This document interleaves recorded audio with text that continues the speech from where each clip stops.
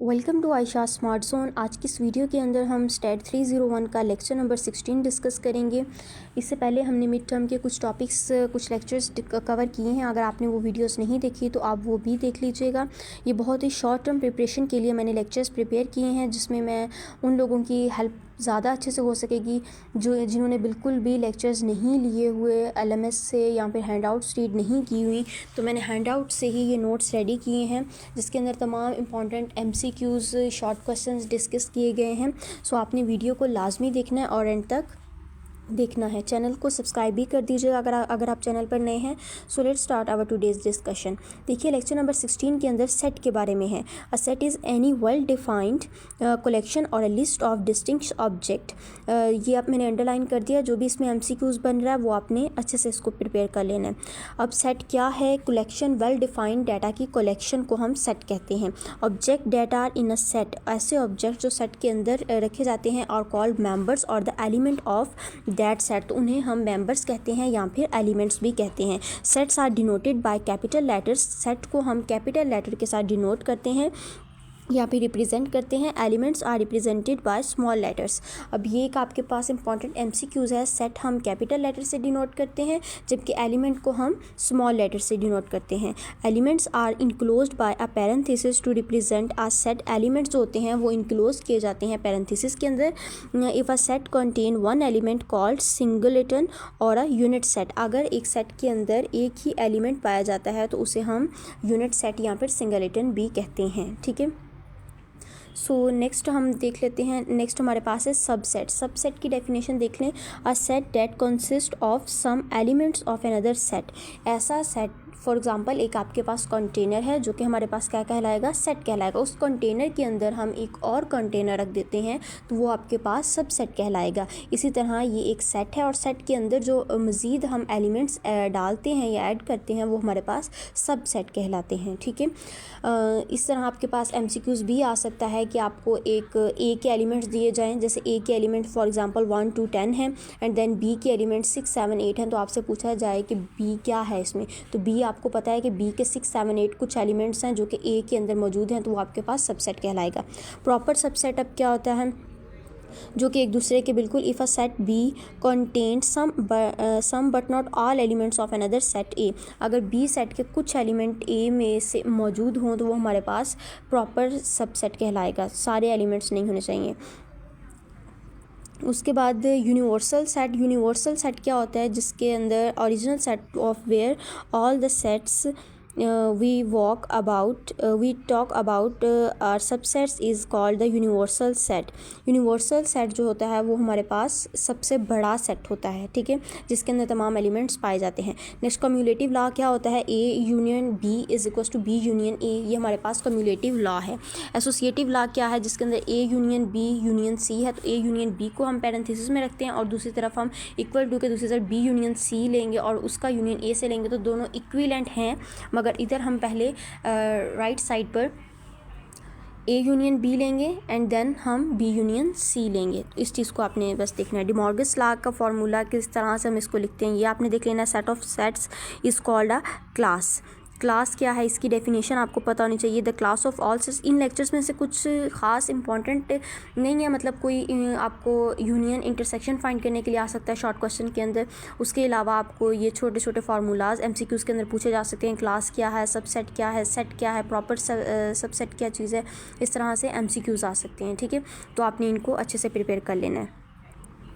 Next हम देख लेते हैं डायग्राम। ट्री डायग्राम क्या है? The tree diagram is a constructed from left to right. Tree diagram हम जो है वो कंस्ट्रक्ट करते हैं लेफ़्ट से राइट की जानिब। A tree diagram is a useful device for enumerating all possible outcomes. The possible outcomes are represented by individual paths or branches. Individual paths के साथ हम इसको represent करते हैं. It relevant to the note that A multiply B is not equal to B multiply by A. ये हमारे पास tree diagram में rule है कि A multiply B not equal to B multiply A होगा।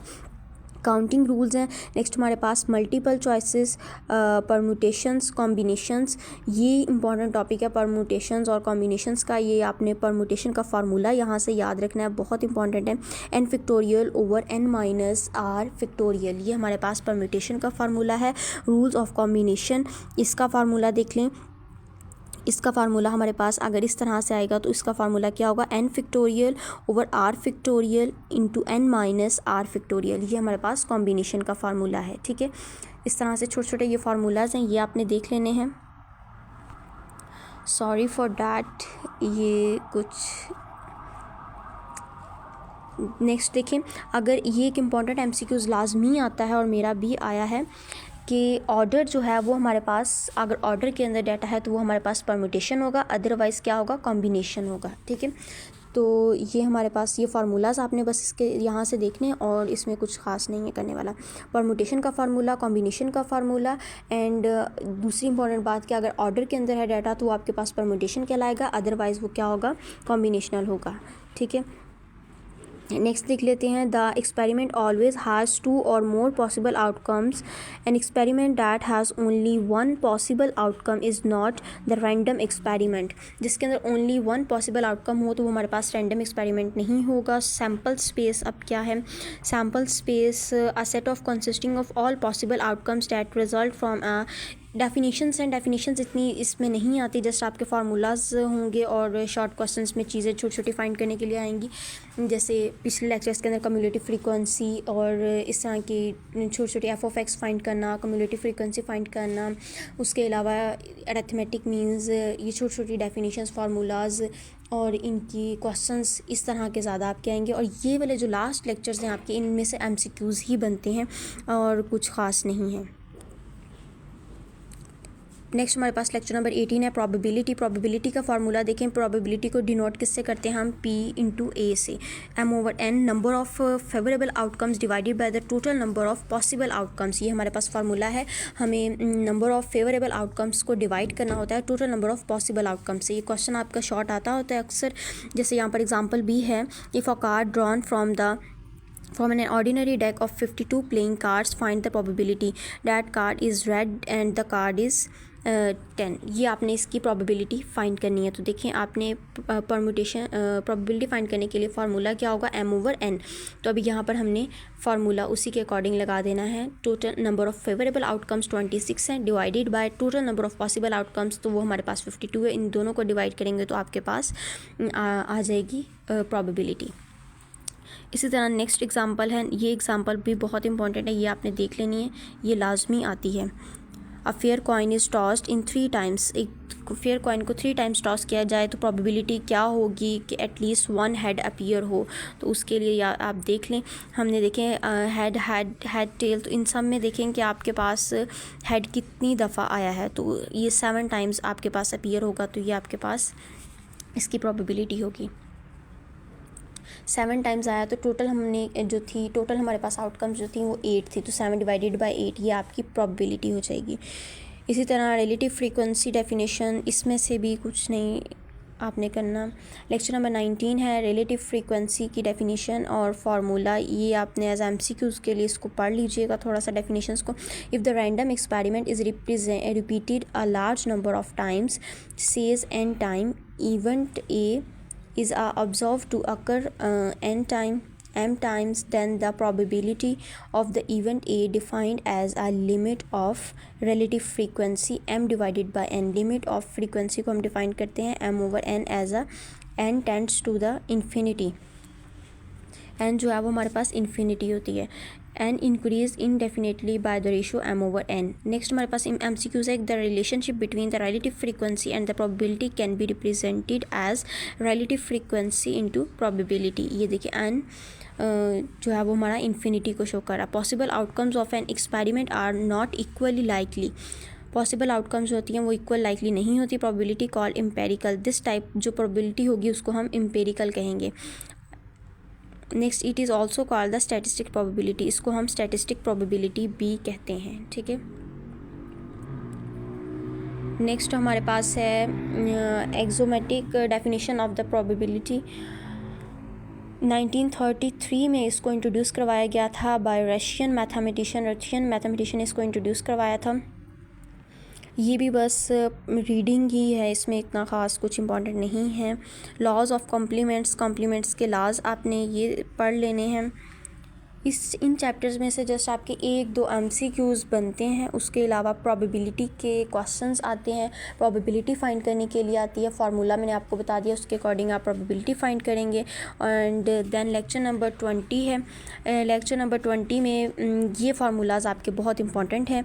P/A union B is equals to PA plus PB minus PA intersection B।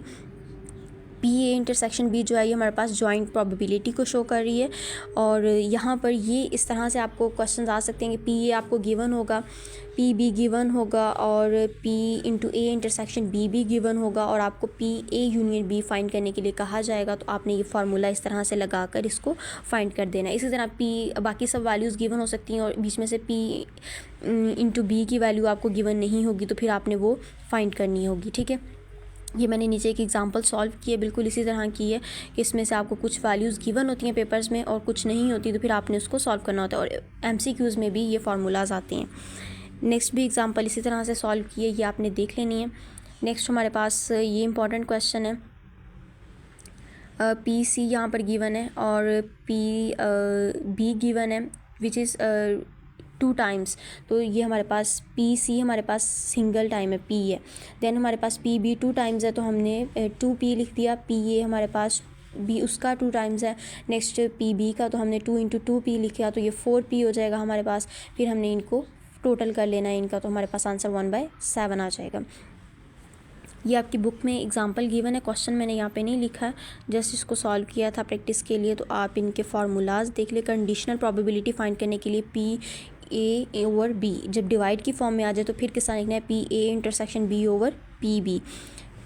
ये formula भी आपने देख लेना है। ये और मल्टीप्लिकेशन लॉ का फार्मूला भी देख लीजिएगा। PA इंटरसेक्शन B हो जाएगा तो PB × PA/B। ये फार्मूला लाजमी आते होते हैं। ये 3-4 फार्मूला जो लेक्चर नंबर 20 से ऑनवर्ड ये भी हमने देखे हैं ना, ये लाजमी इनके क्वेश्चंस भी आते हैं और इनकी इस तरह से फार्मूला भी फाइंड आउट करने के लिए आ जाता है। सो लेक्चर नंबर 21 इसकी भी एक एग्ज़ाम्पल ही यहाँ पर मैंने सॉल्व की है। इंडिपेंडेंट इवेंट्स और यहाँ पर डिपेंडेंट इवेंट्स, ये आप देख लें इनकी definitions. The event of A and B are defined to be dependent if P/A intersection B is not equal to P/A multiply P/B। ये फार्मूला भी आपने देखना है। इनको हम डिपेंडेंट कब कहेंगे, जब हमारे पास ये वैल्यूज़ एक दूसरे के इक्वल नहीं आएंगी। P/AB is equals to PA × PB both are equal, then there are independent. अगर तो दोनों इक्वल होंगे हमारे पास तो फिर ये इंडिपेंडेंट होंगे, अगर नहीं इक्वल तो then it is called the dependent. Occurrence of the event in some ways affect the probability of the occurrence of the other event.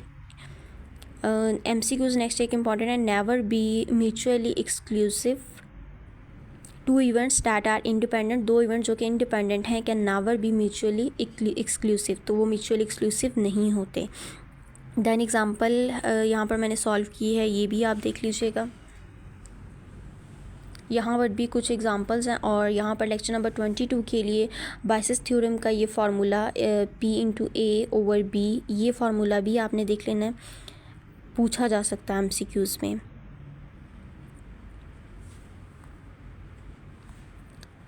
सो यहाँ तक थे हमारे ये लेक्चर्स, तो इनमें भी इतना कुछ ख़ास नहीं आता।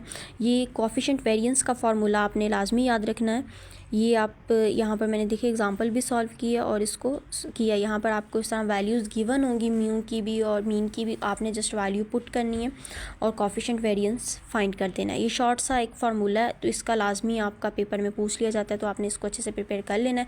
यहाँ तक हमारा लेक्चर नंबर 22 तक मैंने आपको कवर करवा दिया है और आई होप कि आपका मिड टर्म का ये सीरीज़ आपको बहुत इन्फॉर्मेटिव लगी होगी। इसके अंदर मैंने बहुत ही तमाम शॉर्ट क्वेश्चंस और शॉर्ट चीज़ें आपको बताई हैं जो कि आपके पेपर में आ सकती हैं। और बहुत इंपॉर्टेंट जो चीज़ें मैं यहाँ पर आपको बता दूँ कि पेपर में लाजमी आती हैं, वो स्टार्टिंग वाले लेक्चर्स में से हैं, जिसमें हार्मोनिक मीन्स फाइंड करना है, ज्योमेट्रिक मीन्स फाइंड करना है, उसके अलावा अरिथमेटिक मीन्स फाइंड करना है, कम्युलेटिव फ्रीक्वेंसी फाइंड करनी आनी चाहिए आपको। उसके अलावा ग्राफ्स के बारे में पता होना चाहिए कि ग्राफ्स राइट साइड पे हो, लेफ़्ट पे हो तो कौन सा स्ट्रक्चर बनता है। ये चीज़ें आपको पता होनी चाहिए। स्टार्टिंग वाले लेक्चर्स जो हैं वो इसके ज़्यादा